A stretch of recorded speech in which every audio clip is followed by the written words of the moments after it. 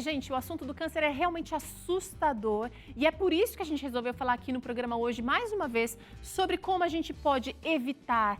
Pequenas escolhas do dia a dia podem fazer grande diferença para o aparecimento ou não da doença. Bom, de acordo com informações lançadas pelo INCA, o Brasil terá 625 mil novos casos de câncer a cada ano. E a obesidade estará entre os principais fatores de risco para o desenvolvimento de 11 dos 19 tipos mais frequentes na população brasileira.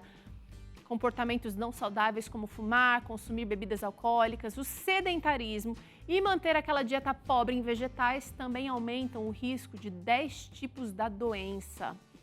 E como nunca é tarde para começar a cuidar da saúde com determinação e disciplina, nós vamos conversar hoje com a oncologista a doutora Ana Carolina, aqui no Vida e Saúde. E você sabe, né, que é muito bom quando você participa aqui do programa, então eu gostaria de pedir para você mandar sua mensagem para a gente através do WhatsApp. E anota aí o nosso número, é 12 982660004. Só presta atenção aí no DDD, porque tem que ser o 12, tá? Se você preferir, também pode apontar a câmera do seu celular para esse QR Code aparecendo bem aqui e você vai ser direcionado aqui para o nosso WhatsApp. Bem mais fácil. Aí, manda aquela sua pergunta, aquela sua dúvida, só não esquecendo de dizer o seu nome e a sua cidade. Na medida do possível, a gente vai tentar trazer a sua conversa aqui para dentro do Vida e Saúde, junto com a doutora Ana Carolina. Muito obrigada, viu, doutora, por participar com a gente hoje, falando de um assunto tão importante. Obrigada a vocês pelo convite e pela oportunidade de estar aqui conversando um pouquinho sobre prevenção, né? Tão Legal, é isso mesmo. Prevenção, eu acho que parece que quem valoriza mesmo a prevenção é só aquele que já está doente, mas a gente pode mudar um pouquinho dessa cultura. Será que o câncer, doutora, pode ser prevenido somente com alimentação? Teru, a gente dizer que só com alimentação a gente consegue prevenir todos os casos de câncer, talvez não seja possível. Mas a gente sabe sim que a alimentação e especialmente a obesidade tem um impacto muito grande no aparecimento de tumores, né? Como você comentou, o INCA e a OMS tem como principal fator de risco para o câncer para os próximos anos a obesidade.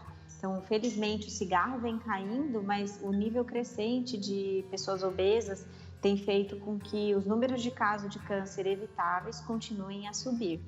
E a alimentação, com certeza, junto com a atividade física, tem um impacto enorme na obesidade. Então, a gente pode reduzir muito os casos de câncer com alimentação saudável.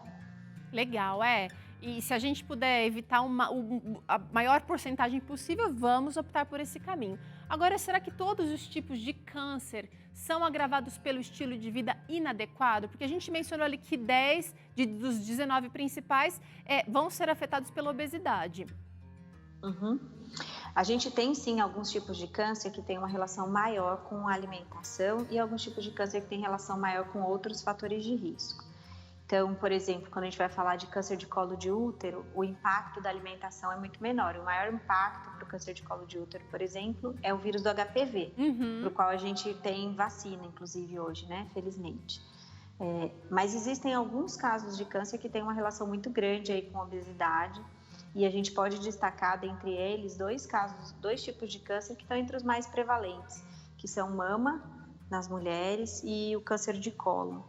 Além dele, câncer de endométrio, os tumores da parte abdominal, todos eles têm muita relação com a questão da alimentação. Tá.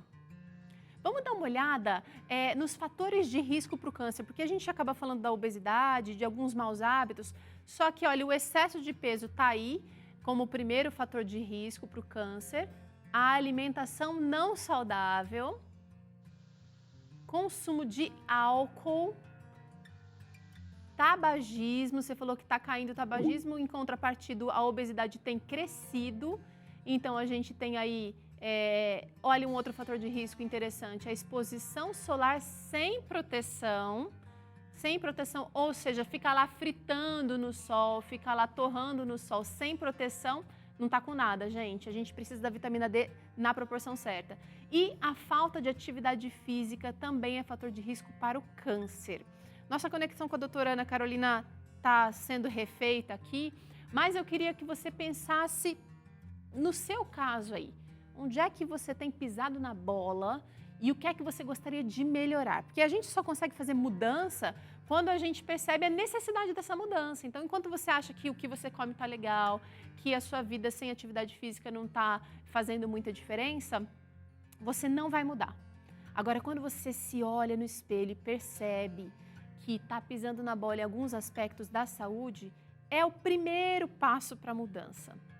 Doutora, a gente Voltei. de volta, a gente tentou aqui, a gente mostrou aqui os fatores de risco principais para o câncer e eu queria saber se esses fatores de risco, como o uso do álcool, o uso do tabagismo, a falta de atividade física, alimentação errada, esses fatores, eles são para todos os tipos de câncer?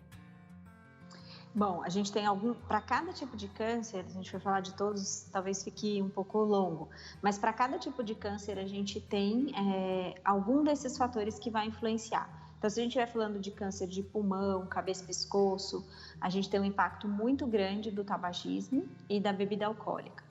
Quando a gente vai falar de câncer de mama, por exemplo, o maior impacto é da alimentação, do sedentarismo, da obesidade e do consumo de álcool também. A gente já não tem um impacto tão grande em relação ao tabagismo.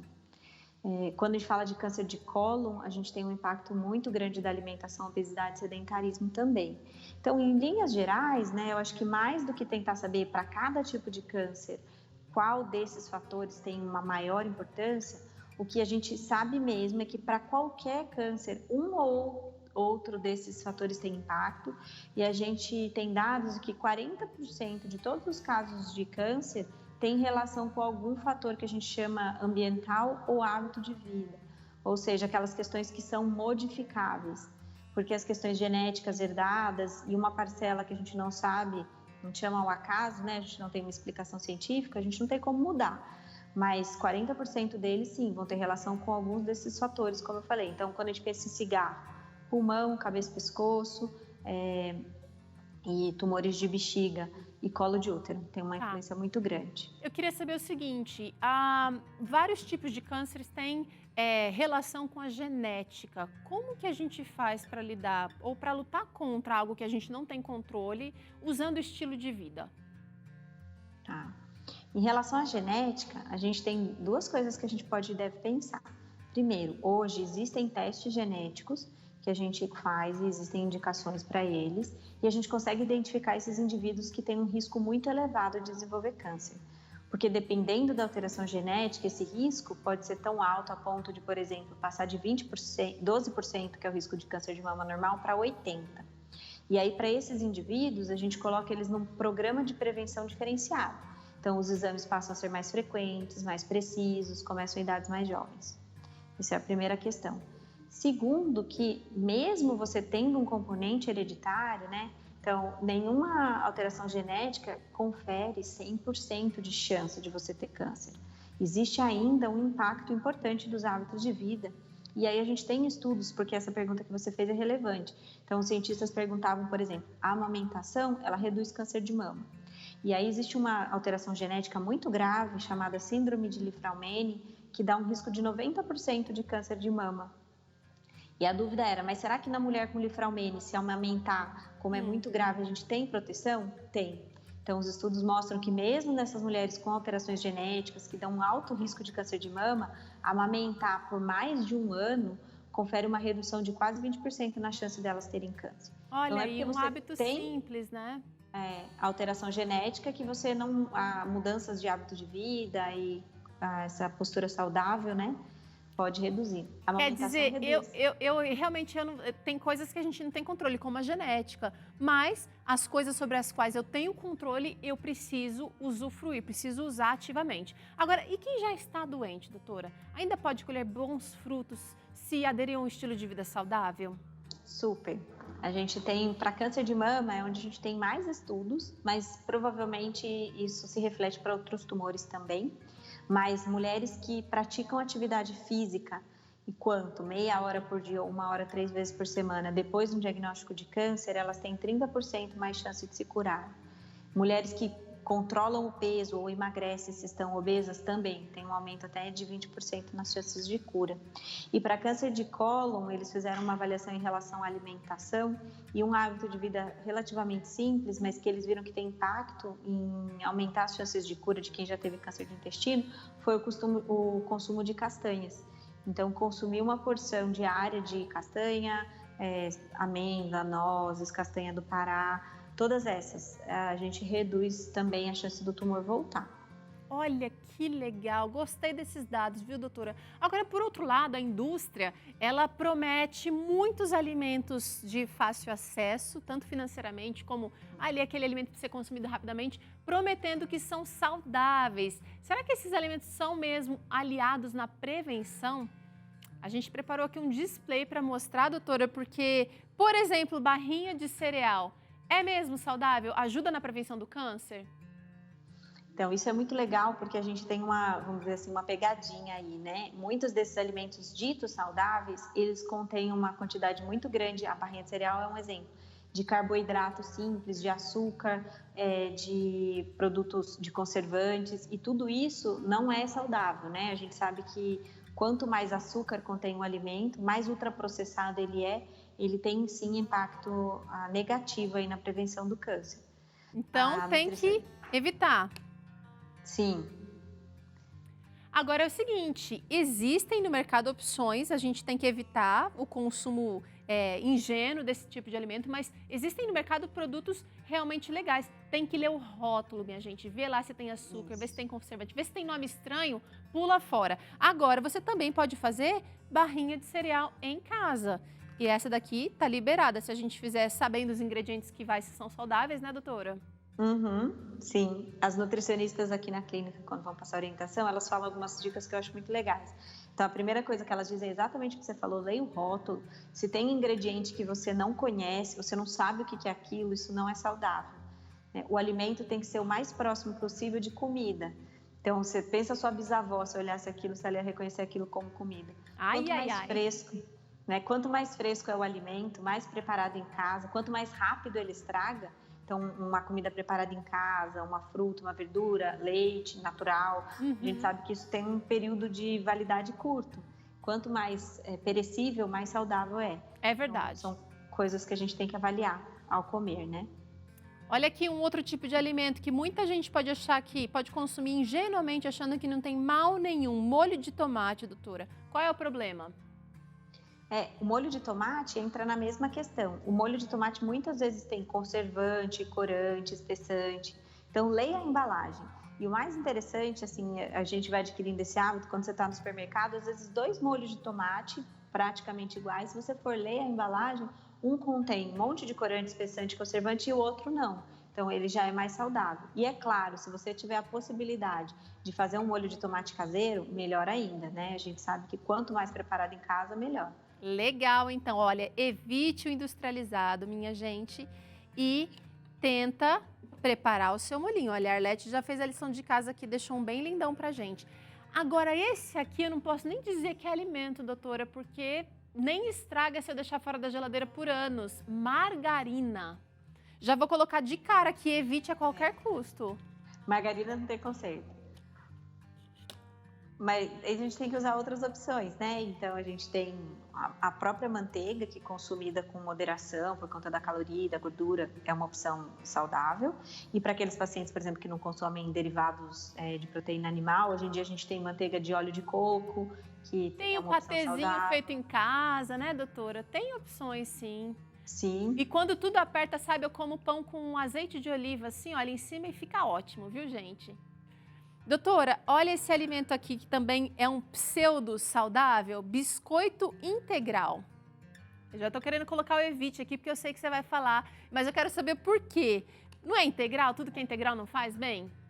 Isso é outra pegadinha que a gente tem que ter, né? Não necessariamente porque, claro que quanto mais integral melhor, mas desde que ele seja um alimento menos processado. Então, muitos desses biscoitos integrais, eles contêm também conservante, altas quantidades de açúcar. E sabe que, inclusive, com essa moda agora que teve de restrição de glúten e em muitos alimentos, que a gente não vai entrar no mérito agora, mas houveram alguns estudos que para reduzir o glúten, para não colocar glúten e dar aquele aspecto de que tem glúten, muitos alimentos acabavam recebendo adição de alumínio, né? E aí a gente perde muito. Então, Ai, se você ai, for ai. optar por algum motivo por uma dieta sem glúten, que eu não vou entrar nessa discussão, mas enfim, opte por alimentos que naturalmente não contenham glúten, né? A partir do momento que você tem que ultraprocessar um alimento para retirar o glúten, você acaba adicionando muitas coisas que são ultraprocessadas É e perde o verdade. benefício. E olha, gente, para garantir, é o biscoito feito em casa, é o biscoito pede ajuda da sua tia, da sua avó. Aqui no Vida e Saúde tem um monte de receitas legais para você fazer. Pratique cozinha terapia, tá bom? Olha, também o suco de caixinha já se sabe que não é legal pela enorme quantidade de açúcar, conservantes, corantes. O negócio é fazer suco em casa, doutora. Agora, alguns desses produtos no suco de caixinha são cancerígenos. Uhum.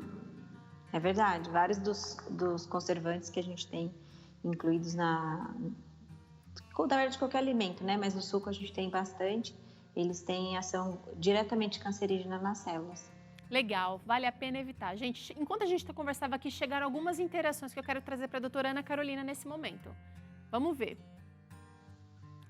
Sandra, de Porto Alegre, está dizendo: minha mãe teve câncer de fígado e eu estou com cisto no fígado devido à hepatite C. E ela gostaria de saber se, devido à genética, pode se tornar um câncer. Pergunta super válida da Sandra, doutora. Oi, Sandra, boa tarde, obrigada pela pergunta. Sandra, na verdade, o maior fator de risco pro câncer de fígado é que o que a gente tem que ver é que o câncer de fígado muitas vezes não começou no fígado, ele começou em outro órgão e foi pro fígado. Mas imaginando que a sua mãe começou o câncer no fígado, um dos grandes fatores de risco é a hepatite. Da mesma forma que é um fator de risco, você tratar e ter hepatite controlada e fazer o acompanhamento com o seu médico faz com que a gente evite a evolução aí de uma questão da cirrose para um hepatocarcinoma. Tá? Então não é nem tanto a genética, é a hepatite em si. Mas felizmente hoje a gente tem tratamento para hepatite, tem acompanhamento, o importante é você cuidar do tratamento da doença de base. Isso mesmo, Sandra. Olha, cuida aí, menina. Temos mais uma interação. Jusilene Reis, ela pergunta: fazer mamografia todo ano pode aumentar o risco de câncer de mama? Tá falando de um exame preventivo ou um exame detector, doutora, se causa risco. Tá, Jusilene, isso teve um tempo atrás que houve até um monte de notícia orientando as mulheres a não fazer mamografia porque aumentava risco de câncer de mama por conta da radiação, teve uma história da tireoide e tudo mais. Qualquer radiação aumenta um pouquinho o risco de câncer? Aumenta. Qualquer radiação. Raio-x que você faz, tomografia que você faz, a própria mamografia. Porém, a gente pesa tudo risco-benefício e o impacto na redução, o impacto que a radiação da mamografia tem é muito baixo. Por outro lado, a capacidade de detectar tumores precoces com altas chances de cura, não sei se vocês têm noção disso, mas hoje o câncer de mama diagnosticado em estágio inicial tem taxas de cura acima de 95%. E isso é possível graças ao rastreamento. Um tumor muito pequenininho, ele não é palpável. Então, o autoexame não consegue detectar um tumor em estágio inicial, somente um exame de rastreamento como a mamografia. Então, o que os estudos mostram é que a redução de mortalidade da mamografia, ela é muito importante. E a radiação, a dose de radiação, ela é pequena, ela não tem impacto nesse caso. O custo-benefício vale muito. Legal, olha, informação super importante aqui. Obrigada, doutora. Temos mais uma última interação, vamos ver. Claudinha está dizendo o seguinte: retirei um câncer no útero há 5 meses e estou preocupada, pois testei positivo para Covid. Queria uma palavra de conforto para esse momento, pois me sinto fraca. Claudinha, sinto muito. Doutora, tem alguma relação? Vamos confortar a Claudinha com realidades, com verdades também. A gente não quer esconder nada aqui. Claudinha, olha, você sabe que hoje eu recebi uma ligação de uma paciente minha que faz acompanhamento por câncer de mama e aí estava cuidando do pai, o pai veio com um teste positivo para Covid e ela estava desesperada, né? O que ela tinha que fazer, enfim, ela ainda não fez teste. Enfim, a primeira coisa que eu queria te dizer, apesar de você ter tido um câncer de colo de útero, que é um pouquinho um fator de risco, ele não é o fator de risco mais importante para a gravidade do Covid. Segundo, que a imensa maioria dos portadores de Covid, eles vão ser ou assintomáticos ou vão ter sintomas leves, não vão evoluir com quadros graves. E a outra notícia boa é que, apesar de ainda haverem casos graves, a comunidade científica, médica, a gente foi pego de surpresa com uma doença avassaladora e a gente aprendeu muito. Então, mesmo a mortalidade nos casos graves vem caindo, porque a gente já está sabendo tratar melhor.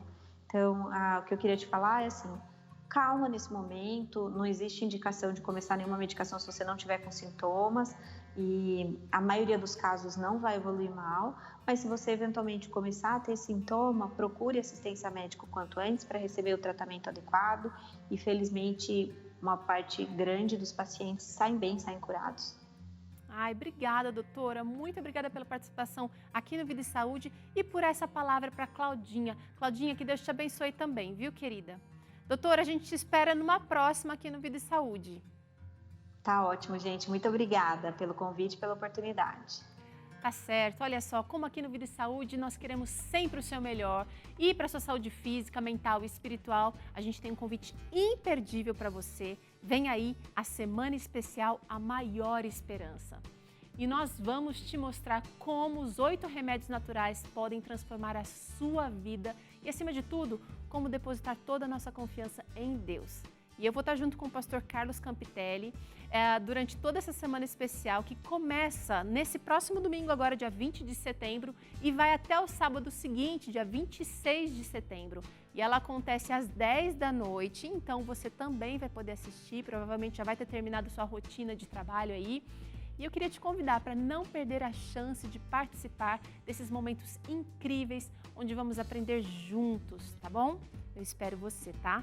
Prepare-se aí para uma nova vida. E a gente vai fazer um rápido intervalo agora. Na volta tem César Vasconcelos, nosso médico psiquiatra, falando sobre a dificuldade de conviver com pessoas que possuem algum tipo de vício.